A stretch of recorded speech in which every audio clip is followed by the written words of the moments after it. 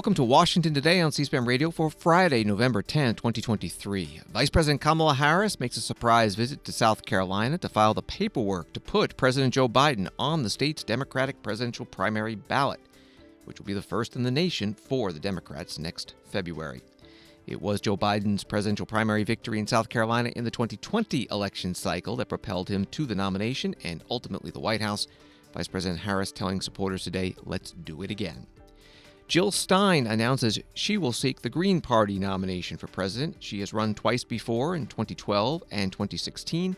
Her campaign slogan on her social media accounts, "People, Planet, Peace." Treasury Secretary Janet Yellen meets with China's vice premier in San Francisco ahead of a meeting between President Biden and the Chinese President Xi Jinping in that same city, scheduled for next week.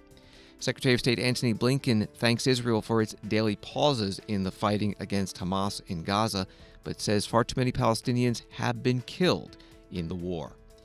And Maryland politicians, federal, state, and local, defending how the Biden administration chose Greenbelt, Maryland as the site for the new FBI headquarters, and criticizing the FBI director for his criticism of the process.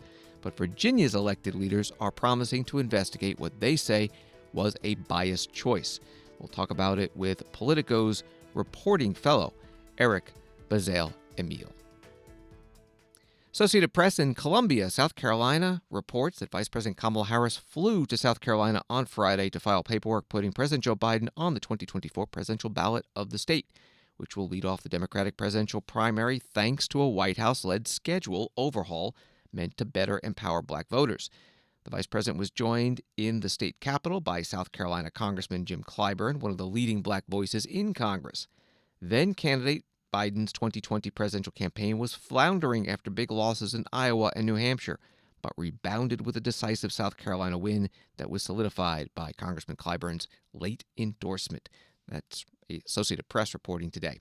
Vice President handed the Biden campaign paperwork to the South Carolina Democratic Party chair, Crystal Spain. So, Madam Chair, I would like to officially present you with our papers to file in the first in the nation state, this beautiful state of South Carolina, on behalf of President Biden. Thank you so much. Vice President Harris then talked to the supporters there about some of the issues that were important to South Carolina in 2020, helping then candidate Joe Biden win that primary, and could be important again in 2024. Because of what you did in 2020, we have then come into office and with your support done a number of things that have been transformational for our country because of the work of the folks here in South Carolina.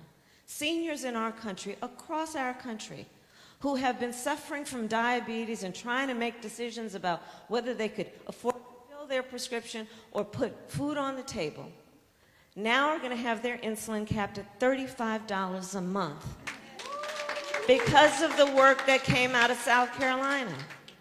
I will never forget in 2019 and 2020, traveling to rural parts of South Carolina to meet with leaders and community leaders to talk about the need for accessible and affordable broadband.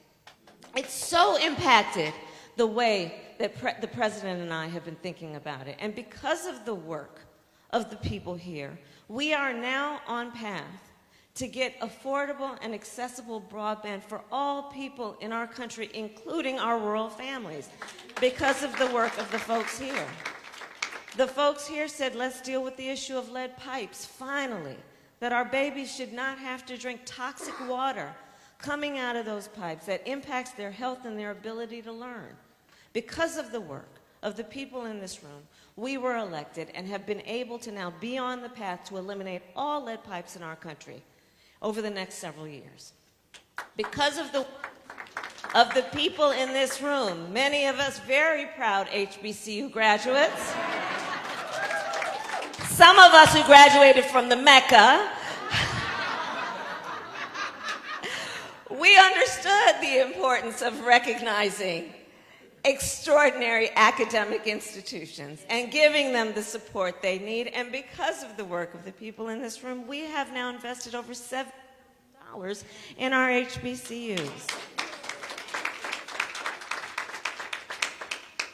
The time that I and the president spent in South Carolina, a lot of it was small business owners who would talk with us about their ambitions and their dreams, about growing their business, because they are not only business leaders, but civic leaders and community leaders and role models. And so we got in office and have now invested billions of dollars in increasing access to capital for our small businesses, with an emphasis on minority small business owners, understanding what they do to contribute to the strength of our economy. And I could keep going on. But I say all of that to say, again, thank you. It started here in South Carolina. The work that we have accomplished that will benefit people who we may never meet, people who may never know any of our names. So much of it can be attributed to the fight, to the commitment, and to the perseverance of the people in this room and in this state. So I'm here to say thank you. I am here to say, let's do it again. We will do it again. 2024, there is so much at stake. Vice President Kamala Harris in Columbia, South Carolina, filing the paperwork to put President Biden on the Democratic presidential primary ballot. South Carolina Republican Party Chair Drew McKissick put out a statement that reads, "It's clear that Biden is an even bigger disappointment for South Carolinians and the Democratic Party than anyone ever expected, which I guess explains why he's not coming here to file in person. Thankfully, we're just 106 days away from the SCGOP's presidential primary, where we have the best track record in the nation for picking presidents. We look forward to doing it again next year and sending Joe Biden into retirement." That statement from the chair of the South Carolina Republican Party. The South Carolina Democratic presidential primary is scheduled for February 3rd, and that'll be the first in the nation under a plan adopted by the Democratic National Committee. There is still a dispute with New Hampshire, whose state law says that it must have the first primary, and the Biden-Harris campaign is not filed to be on New Hampshire's primary ballot. New Hampshire will be announcing its primary date next week. Jill Stein, a physician and activist, has announced that she's going to run for president, seeking the Green Party's nomination in 2024. Fox News writes that should she secure that party's nomination, it will be Jill Stein's third time running for president, having been unsuccessful in 2012 and 2016. They write that Jill Stein's 2016 presidential bid was criticized by some Democrats who argued she siphoned valuable votes away from Hillary Clinton. Stein received 1.07% of the popular vote in 2016 and 0.36% of the popular vote in 2012. In 2016, she also pursued recounts in Wisconsin, Michigan, and Pennsylvania, three states where former President Donald Trump beat Hillary Clinton. They're reporting from Fox News. Jill Stein posted this video on Thursday. The political system is broken. The two Wall Street parties are bought and paid for. Over 60% of us now say the bipartisan establishment's failed us, and we need a party that serves the people. I'm Jill Stein, and I'm running for president to offer that choice for the people outside of the failed two-party system. We'll put solutions to the crises we face, crushing inequality, endless war, and climate collapse. And we'll put these front and center in this election and on the ballot across the country. The ruling parties that got us into this mess aren't getting us out. Both parties are squandering trillions on the endless war machine, fueling conflict around the world, while tens of millions here at home lack food, housing, healthcare. Democrats have betrayed their promises for working people, youth, and the climate again and again, while Republicans don't even make such promises in the first place. And both parties are a danger to our democracy, expanding censorship, criminalizing protest, throwing competitors off the ballot, suppressing debates, American people who've been systematically locked out of these debates, rigging their primaries. So forget the pundits and the attack dogs who tell you to ignore your misery and just keep voting for those who caused it in the first place. Change won't come from the ruling elites. It comes from we, the people. Jill Stein, a video posted Thursday announcing she is going to seek the Green Party presidential nomination for 2024. Her campaign's official launch, she says, will be on November 21st. More from the Fox News article about this. Jill Stein's bid, they write, also comes as a number of other long-shot candidates have entered the race. Robert F. Kennedy Jr. is running as an independent, while Cornel West is also running as an independent, having switched his registration from the Green Party. Progressives Marianne Williamson and Cenk Uygur have also launched long-shot bids. The Minnesota Supreme Court this week dismissed a lawsuit seeking to keep former President Donald Trump's name from appearing on the state's Republican primary ballot because the lawsuit alleges Donald Trump violated the Constitution's 14th Amendment prohibition on anyone who engaged in insurrection against the United States from holding any civil, military, or elected office without the approval of two-thirds of Congress. The suit says that Donald Trump's attempt to reverse the results of the 2020 presidential election amount to insurrection. Similar lawsuits are pending in Michigan and Colorado. In Washington, D.C. today, the Federalist Society National Lawyers Convention discussed this issue. Here is University of Chicago law professor William Bode. Now, the question of the hour. Were the events of January 6th an insurrection? Were they a concerted, forcible resistance to the authority of government to execute the laws in at least some significant respect? I think the answer is yes. There was force. There was a concerted group that entered the Capitol by force, in part to resist the authority of Congress to count the electoral votes in the way that Congress thought that they should count them. It, in fact, parallels quite closely some of the earlier insurrections in our history, like the Whiskey Insurrection and others, Fry's Rebellion and more. I think it's hard to see January 6th as anything other than an insurrection. The harder question is, who engaged in that insurrection? And in particular, did former President Donald Trump engage in the January 6th insurrection that was covered by the Constitution? I think the best answer is he did. I mean, it's not for me ultimately to adjudicate this. This, again, is a question that should come up in the Michigan Court of Claims and in the Secretary of State's offices around the country, perhaps later in the halls of Congress. But I think the best understanding of the events of the day so far is that Donald Trump did engage in the insurrection of January 6th by doing two things. One, by calling the crowd together and inciting them to march on Congress. There's a famous speech he gave at the Ellipse. The speech is somewhat ambiguous. There are times in the speech he tells them that they should go peacefully, which might be telling them to go but not to engage in insurrection. There are parts of the speech that seem to cut the other way. By itself, maybe that would be a little bit ambiguous, whether that's direct engagement in the insurrection that followed. When you combine that with the president's actions after the insurrection had begun, his failure to take steps to ensure the laws were faithfully executed for a long period of time, his failure to call out the National Guard and other authorities, his failure basically to exercise his constitutional office, and that casts his speech at the Ellipse in a different light, and also is itself a form of engaging in the insurrection. So if you take the before and the after together, and you look at the insurrection as a whole, I think the best answer is that Donald Trump engaged in that insurrection, and I think that's what the Constitution tells us, that he cannot hold the office of president in the future. William Bode is a University of Chicago law professor at the Federalist Society's National Lawyers Convention in Washington, D.C. today.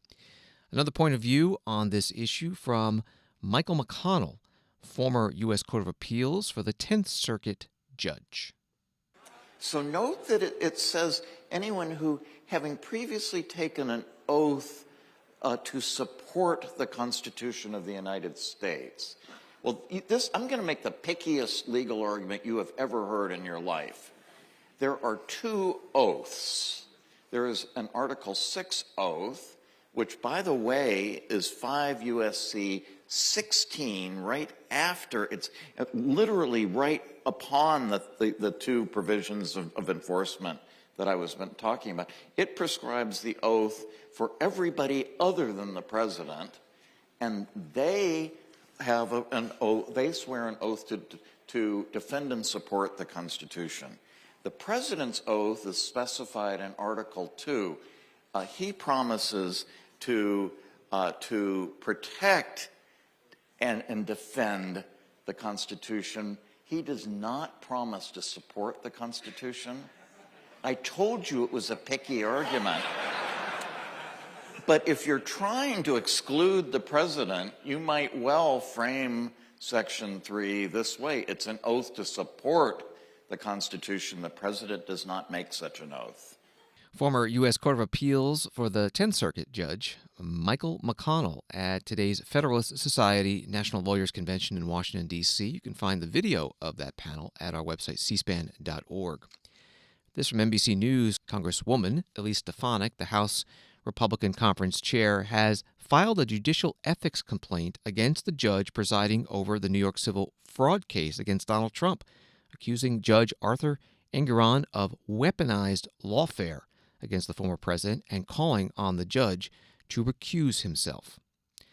From Reuters, U.S. Treasury Secretary Janet Yellen began 2 days of meetings with Chinese Vice Premier He Lifeng on Thursday in a bid to limit the economic fallout from tensions between Washington and Beijing and keep the lines of communication open.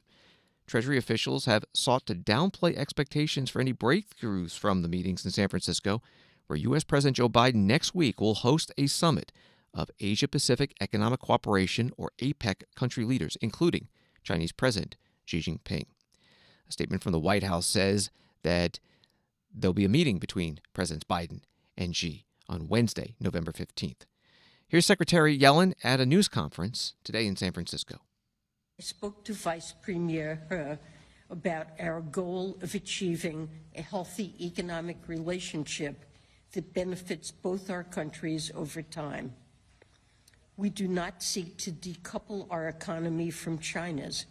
This would be damaging to both the U.S. and China and destabilizing for the world. But a healthy economic relationship requires American workers and firms to be treated fairly. I raised concerns about the breadth and depth of the PRC's non-market policies and practices and their global spillovers. These are concerns that I hear frequently from U.S. businesses. Vice Premier He and I also focused on the need for joint work on global challenges. The physical and economic impacts of climate change are mounting across the globe, including here in California. We discussed specific areas where we can enhance our cooperation on climate finance beyond our co-chairing of the G20 Sustainable Finance Working Group.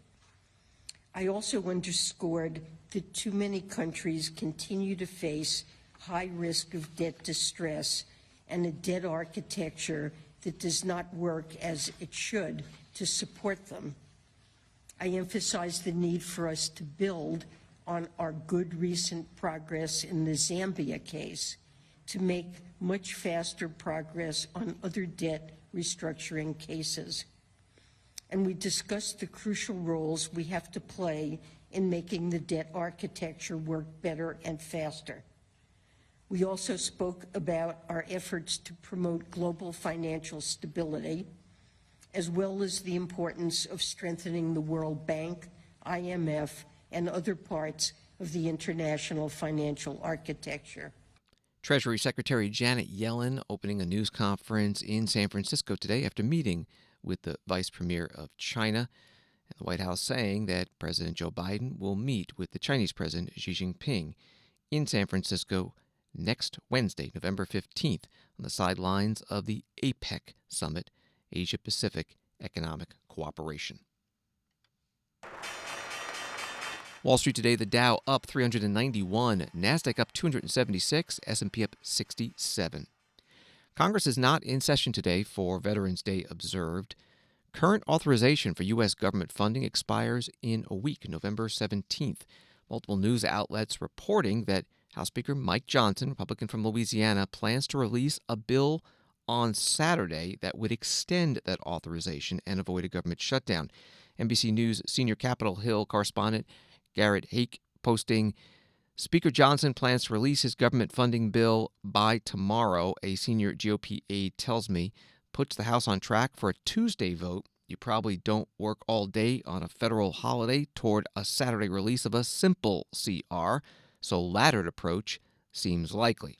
CR stands for Continuing Resolution, the name for this temporary government funding measure, and laddered refers to having different expiration dates for funding for different parts of the government. For example, some departments and functions would run a month, and others would expire in about 2 months.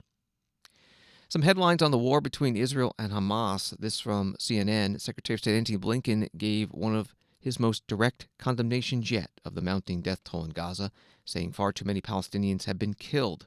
The U.S. has offered firm support to Israel, but Secretary Blinken's messaging has shifted in recent days. Israeli tanks have completely surrounded a Gaza hospital, its director told CNN, as strikes reportedly hit the vicinity of other healthcare facilities in the enclave. And Israel announced another evacuation corridor to allow Gazans to flee south. For Friday, tens of thousands left via the same route throughout the week, often on foot and carrying a handful of belongings. That was from CNN. Secretary Blinken answered reporters' questions and talked about this while on a diplomatic trip today to Delhi, India. We appreciate the fact that yesterday Israel announced 4-hour pauses with a 3-hour notice in specific areas, as well as 2 humanitarian corridors that will allow people to move more safely and freely, to get out of harm's way, and also to access assistance. These steps will save lives and will enable more assistance to get to Palestinians in need. At the same time, much more needs to be done to protect civilians and to make sure that humanitarian assistance reaches them. Far too many Palestinians have been killed. Far too many have suffered these past weeks. And we want to do everything possible to prevent harm to them and to maximize the assistance that gets to them. To that end, we'll be continuing to discuss with Israel concrete steps that can be taken to advance these objectives. We'll continue to focus relentlessly on getting our hostages home. We'll continue to focus on expanding humanitarian assistance that gets into Gaza and reaches people in effective ways. And we'll continue to focus on the steps that can be taken now to try to start to set the foundation for durable and lasting peace, which, as we've said repeatedly and believe, has to include 2 states for 2 peoples. Secretary of State Antony Blinken in Delhi, India today. A story in the Times of Israel. All 3 major Israeli TV networks are citing a senior Israeli official who confirms reports of significant progress regarding a deal to release a large number of hostages currently being held in Gaza, with several of the reports talking about as many as 100 captives slated for release. But this article also has this. However, such reports have become common in recent weeks despite any ultimate release of hostages. Washington Today continues in a moment. We want to take a minute to ask for your help. Your financial support will ensure that C-SPAN can continue to produce podcasts that inform you about national politics, introduce you to the latest nonfiction books, and provide valuable historical context to today's news. Make a donation today and be a part of C-SPAN's future. Visit c-span.org/donate. Welcome back to Washington Today, available as a podcast on the C-SPAN Now mobile app and wherever you find your podcasts.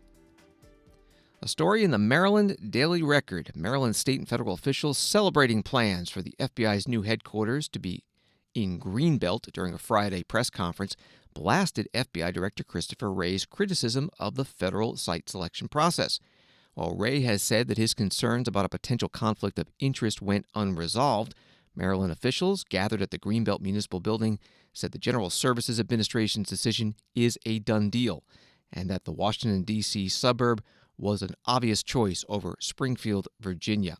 The officials all lauded Congressman Steny Hoyer, the former House Majority Leader, who since 2009 has led the charge for Maryland to be the new home of the FBI, which the government has housed blocks from the White House in the aging J. Edgar Hoover building since the mid-1970s.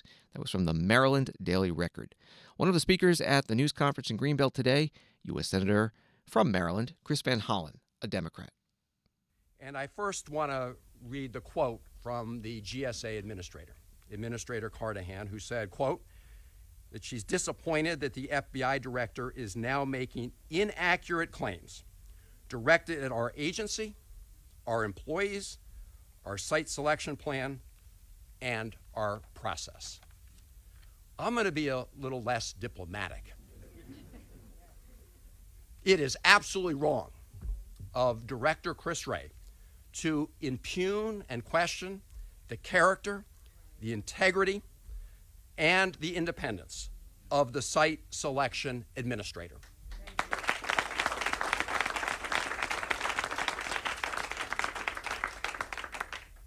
She's an expert in the field of real estate and transit. She's a public servant, and she had a distinguished career as an Army veteran as we work toward tomorrow and Veterans Day. Now, it has always been true that the director of the FBI worked to undermine this process. As Senator Cardin said, when they came up with this new criteria a while ago, it was clearly lopsided. And you can find numerous public statements about how the director of the FBI himself wanted to stay exactly where they are in their current headquarters in D.C., which, as we all know, is falling apart. That's on the public record. So it is really important that we keep the focus on getting across the finish line. Senator Chris Van Hollen, Democrat from Maryland, at a news conference in Greenbelt, Maryland, along with the other U.S. Senator from Maryland, also Democrat, Ben Cardin, plus members of Congress who represent the area, also Democrats, Steny Hoyer and Glenn Ivey, also there in Maryland, Governor Wes Moore, Democrat, and a number of other county and city officials. Both of Virginia's senators, Mark Warner and Tim Kaine, also Democrats, have pledged to fight the choice of Greenbelt over Springfield, Virginia, as the site of the new FBI headquarters. Senator Warner held a virtual news conference on Thursday. Virginia clearly was the better case. Virginia clearly was winning the first set of criteria. The fact that political pressure was put on to try to change the criteria, really stunk. But even I was shocked when this morning you see the director of the FBI put forward an unprecedented communication to all FBI employees about how corrupt this process was. The fact that you've got 3 career professionals, 2 representing GSA and 1 representing the FBI, coming together, even with the new criteria, and still choosing Virginia, only to have that overridden by a political appointee is outrageous. This is the kind of behavior I expected from the Trump administration, but I think we all expect better from the current administration. And we'll be calling for an Inspector General review. I would hope the administration would initiate that on their own as these facts have come out. And you'll be hearing a united Virginia voice from the governor to bipartisan members of the federal delegation weighing in on this issue in the next hour or so. But this is a long-term decision that has to be in the best interest of the men and women who work at the FBI. The FBI is under enormous assault, again, from some political extremes.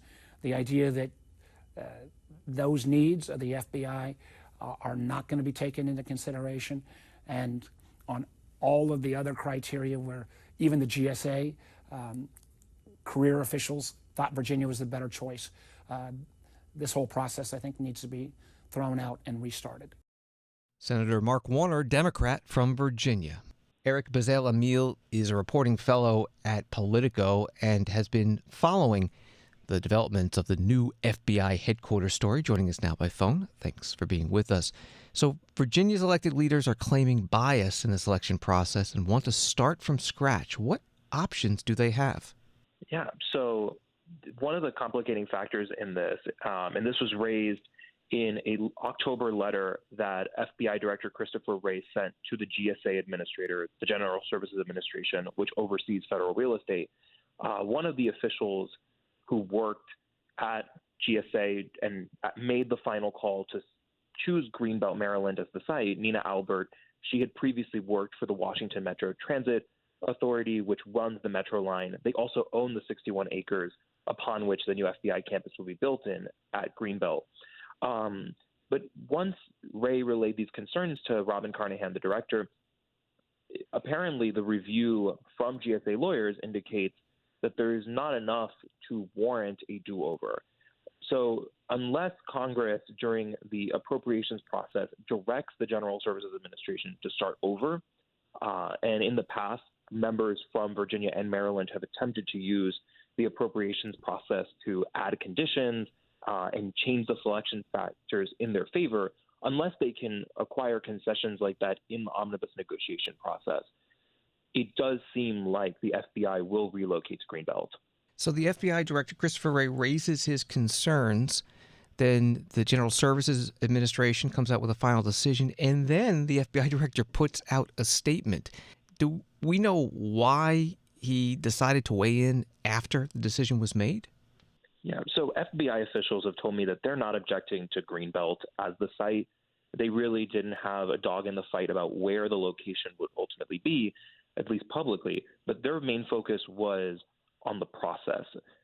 They didn't want this process for picking a new FBI building to then be subjected to questions about improprieties or unfairness or political interference. So, they've said that they will continue to work with the GSA on whatever site they picked, and they have seen, with the press conference they had today at Greenbelt, it seems that they will continue cooperating while still raising these concerns and making it clear that, they had serious questions about how it arrived at the Greenbelt site. This has been a long process. How big of a deal is it for Maryland, and Virginia wants it for Virginia, to have a new FBI headquarters in their state? It's a huge federal project. It not only will end up bringing lots of foot traffic to wherever the FBI building is located, the expectation is that this will consolidate not only the employees that are stationed or assigned to Greenbelt, but it will also consolidate a bunch of annexes in the DMV area where FBI agents and employees have been working out of. There will be a lot of money associated with the construction, with businesses in the area. It'll improve traffic to the area in terms of folks going out there. Folks might relocate. And especially, this was the pitch from Maryland, moving it to Prince George's County, where either the Landover or the Greenbelt sites were. It would have been a huge federal investment in a majority black suburb of Washington that hasn't typically received federal investment. The same kind of arguments were made with the Springfield site that the Virginians really wanted, that there are large Muslim American populations, Hispanic and Asian American communities that would benefit from federal dollars being invested in those areas. So, this was an economic juggernaut. And, that's why you saw these delegations and the governors of both states really putting their political capital behind this lobbying push. We're talking with Politico's Eric Bazell-Emile. Do we know what's going to happen to the old FBI building site and how that might be redeveloped and when? When is this all going to take place? It's unclear what the future of the Hoover building downtown is going to be. There's lots of potentials given its location.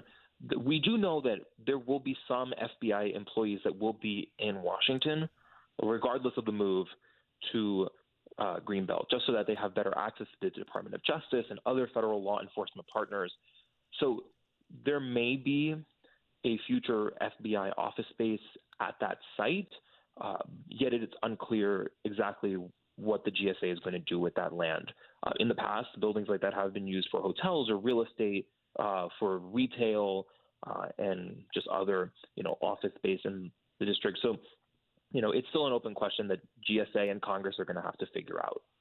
And finally, just returning to the fight between Maryland and Virginia, what should we look for next? One side is saying it's over. The other side saying, no, we're still going to be battling this. I think you have to watch out for what the Virginia lawmakers may do. We are approaching a pretty contentious and important spending fight. It is entirely possible that this comes up in the Virginia delegation's demands for certain concessions. They may try to direct GSA to start the process over again. They may cut federal funding in light of this unless there is an internal investigation about this. They have been, the lawmakers haven't been so specific about what they do, but there's a lot of options they have if they really want to pursue this. And of course, we also should watch out for the dynamic between the FBI and the GSA, because it was getting very heated between the two agencies. And that's also a question of how much are they going to cooperate as they embark on this really consequential federal project. I said that was the last question, but I do have one more. What does the White House think of all this? The White House is standing behind the GSA. Yesterday, White House Principal Deputy Press Secretary Olivia Dalton told reporters that it was a fair and it was a transparent process. And she reiterated the reasoning that the GSA used behind picking Greenbelt, that it was going to be easiest for transportation. It is 0.1 miles away from the Greenbelt stop at the end of the Green Line in D.C., and reiterated points about how it would bring investment to the community. So the White House is standing behind the GSA at the moment. Eric Bazell-Emile is a reporting fellow at Politico. Find his stories at politico.com. Thank you very much. Thank you. When the U.S. House returns to session next week, one of the bills that will come up is a privileged resolution from Congresswoman Marjorie Taylor Green, Republican from Georgia, to impeach Homeland Security Secretary Alejandro Mayorkas. The resolution accuses Secretary Mayorkas of high crimes and misdemeanors related to the U.S. southern border. It reads, the Secretary has failed to maintain operational control of the border due to willful admittance of border crossers, terrorists, human traffickers, drugs, and other contraband. Congresswoman Green filed the resolution Thursday on the House floor. The guarantee clause set forth in Article 4, Section 4 of the Constitution dictates, the United States shall guarantee to every state in this union a republican form of government, and shall protect each of them against invasion. And on application of this legislature or of the executive, when the legislature cannot be convened against domestic violence. The guarantee clause clearly dictates that the federal government has a constitutional duty and obligation to protect each of the states from invasion. Mr. Speaker, could you call the House to order, please? The House will be in order. Members are advised to take their conversations off the floor. The gentleman will continue. As Secretary of the Department of Homeland Security, Alejandro Mayorkas has violated his oath to uphold this constitutional duty by allowing the invasion of approximately 10 million illegals across our borders. The ongoing invasion at our southern border is a direct national security threat against the states and against the citizens therein. Secretary Mayorkas has willfully abandoned his duty to secure the border and protect states against invasion, thereby violating Article 4, Section 4 of the Constitution.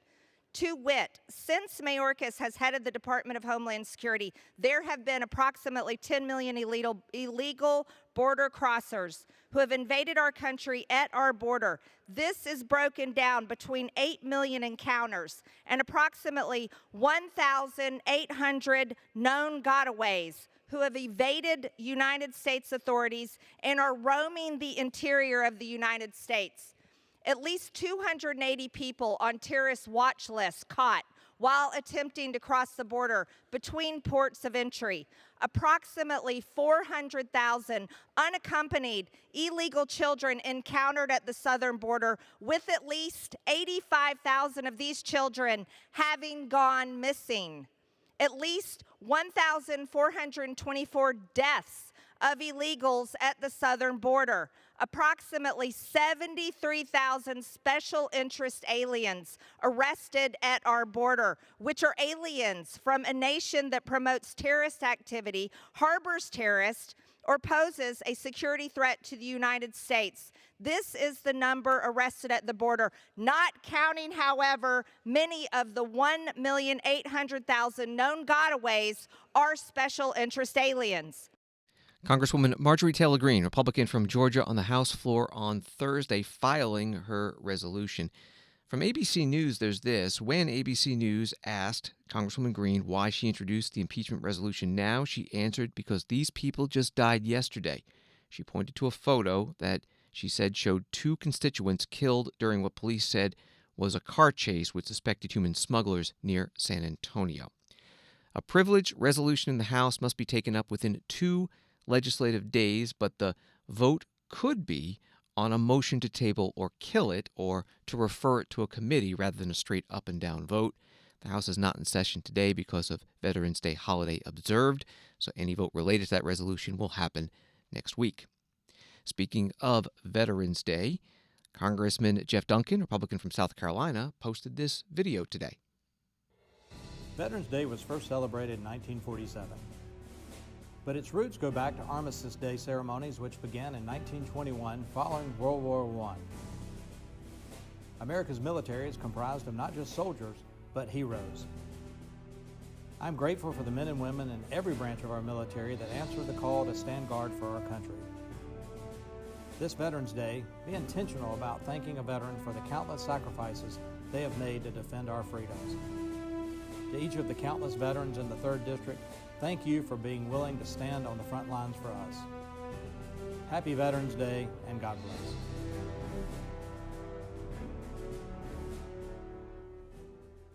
Congressman Jeff Duncan, Republican from South Carolina, in a video he posted today. Congresswoman Stacey Plaskett, a congressional delegate from the Virgin Islands, a Democrat, said this on the House floor on Thursday before the House adjourned for the holiday weekend. Today I rise in recognition of Veterans Day to honor the brave souls from the Virgin Islands and throughout the nation for their selfless and valiant service. In the Virgin Islands, our veteran spirit of service is a beacon of inspiration. Yet the very liberties they fight tirelessly for are mirrored by the injustices they confront upon returning home, the inequitable access to health care and benefits they deserve. This disparity is more than an oversight. It's an egregious mistreatment of our nation's heroes and has been a driving force for my relentless advocacy to rectify the wrong. That's why last year I supported the landmark PACT Act, guaranteeing veterans harmed by burn pits or other toxins to receive automatic VA health care and benefits. I'm proud for the successful advocacy for an amendment requiring the GAO to study the state of access and barriers and benefits to veterans living in the territories. We owe our veterans more than gratitude. We owe them action. It's time to deliver on our promise. I yield back. Congressional Delegate Stacey Plaskett, Democrat from the Virgin Islands, on the House floor on Thursday. Saturday, November 11th, is the Veterans Day holiday, and President Biden and First Lady Jill Biden will be speaking at the 70th Annual National Veterans Day observance at Arlington National Cemetery. C-SPAN will have live coverage starting at 11 a.m. Eastern on C-SPAN Radio, C-SPAN Television, streamed at cspan.org, and on the C-SPAN Now free mobile app. Thanks for listening to Washington Today. Sign up for C-SPAN's evening newsletter word for word and get the stories making headlines in Washington emailed to you every day. Our word for word newsletter is free. Sign up at cspan.org/connect. Have a good night and weekend.